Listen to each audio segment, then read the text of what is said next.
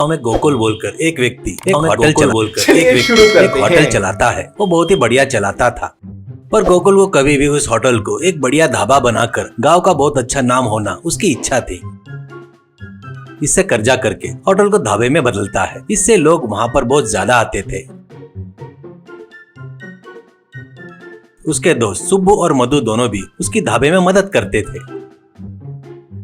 ऐसे ही रहते हुए एक दिन सुब्बू मधु को बुलाकर गोकुल, अरे यार, मुझे उस दिन मेरे दादाजी ने लिखा हुआ पत्र मिला। उसमें उन्होंने सुरंग वाले रास्ते के बारे में लिखा है। वैसे ही उन्होंने छुपाए हुए सोने के सिक्के के बारे में भी उसमें लिखा था करके बताता है। तो मधु, यार तू क्या बता रहा है? मेरे कुछ भी समझ में नहीं आ रहा है रे। थोड़ा हमारे दिमाग में समझ में आए ऐसा बता रहे। गोकुल, अरे यार, पहले हमारा दादा परदादा के जमाने में बहुत ज्यादा डाकू आते थे, इसलिए उन्होंने अपना धन छुपा कर रखने के लिए घर के पीछे सुरंग खोदकर उसमें धन छुपाए करके लिखा है। और घर के पीछे कितना भी ढूंढो तो कुछ नहीं मिला यार। मधु, वो झूठ है या सही किसको पता है यार, अपना समय बर्बाद करने के अलावा, कहकर चला गया। ऐसे ही रहते हुए एक दिन अपने ढाबे के काम होने के बाद अपने खेत को देखने के लिए गोकुल जाकर वहाँ पौधों के लिए पारे बांधने के लिए खोद रहा था। तो वहाँ उसको खोदते वक्त कुछ तो भी लोहे के वजन की आवाज आती है। वो वहाँ पर शक की नजर से देखता है तो वहाँ पर लोहे की एक प्लेट दिखाई देती है। बड़े ताकत लगाकर वो प्लेट हटाने पर वहाँ पर एक रास्ता दिखाई देता है। वो उस रास्ते से उतरकर जाते रहता है तो उसको एक सुरंग गोकुल के घर के पीछे तक का रास्ता दिखती है। ऐसे सुरंग में जाने के बाद एक मटका भरकर सोने के सिक्के दिखाई देते हैं। उनको देखकर गोकुल बहुत ही खुश होता है। उसके बाद उसी रास्ते से उन मटकों को लेकर वापिस आकर गोकुल घर को जाता है और अपनी पत्नी को वो सोने के सिक्के दिखाता है तो देखकर पत्नी बहुत ही खुश होती है।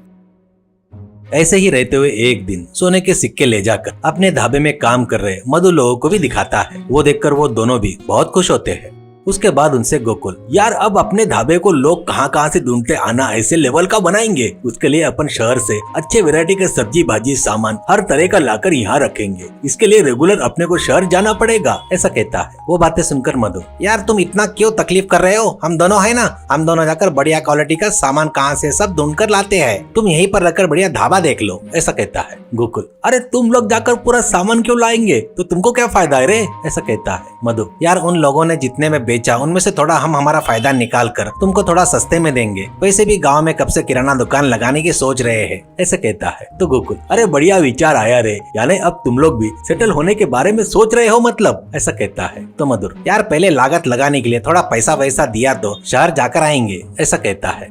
इससे उन दोनों को घर में ले जाकर गोकुल थोड़े थोड़े सोने के सिक्के निकालकर पोटली में बांध कर देता है।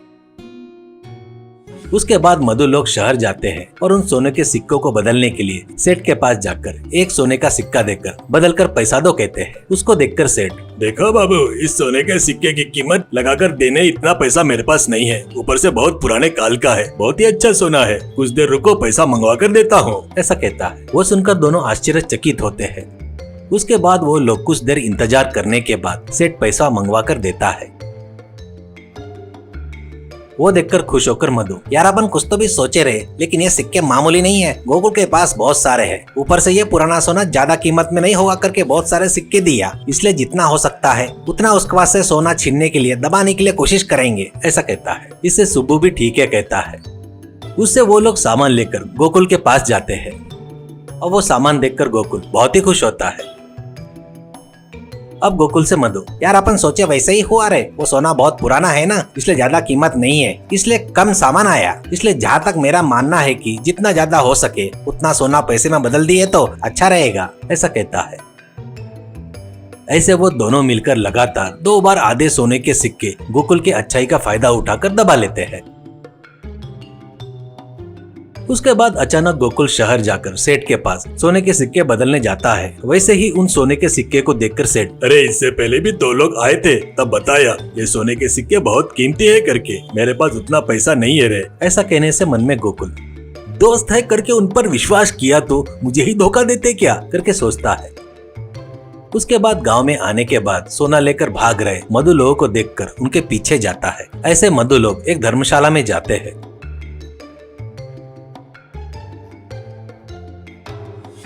उसके बाद चोरी छिपे उन लोग छुपाई से सोने को लेकर चुपचाप निकल जाता है।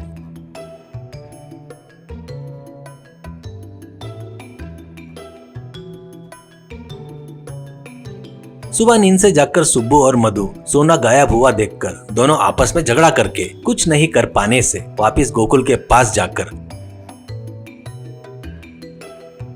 लागत लगाने के लिए सोना मांगते हैं। गोकुल, अरे यार पैसा कम मिल रहा है करके मेरे साले के शादी में सोना खरीदने जा रहे हैं करके बताए रहे तो नहीं मेरे पास बहुत सारे सोने के सिक्के हैं, उनको गलाकर जितना होना उतना ले लो करके पूरा दे दिया यार। अब सोने का काम हो गया ना, वो लोग कुछ ना कुछ पैसे देंगे, वो लेकर काम में लगाना होगा। उतना ही नहीं, अपने गाँव में पंत जी है ना, वो अपने ढाबे के लिए सामान सस्ते में लाकर देते बोले। अब तुमको भी शहर जाने की जरूरत नहीं है, उनको ही कॉन्ट्रैक्ट दे दिया। कहकर ढाबे में जाकर कस्टमर को बताया हुआ आइटम देने लगता है। वो सब देखकर सुब्बू से मधु, दलिद्री बोले तो यही लगता है रे, अब तो पूरी तरह जहाँ से शुरू किए थे वहीं पर आ गए। कहकर ढाबे में जाकर दोनों काम करना शुरू करते हैं।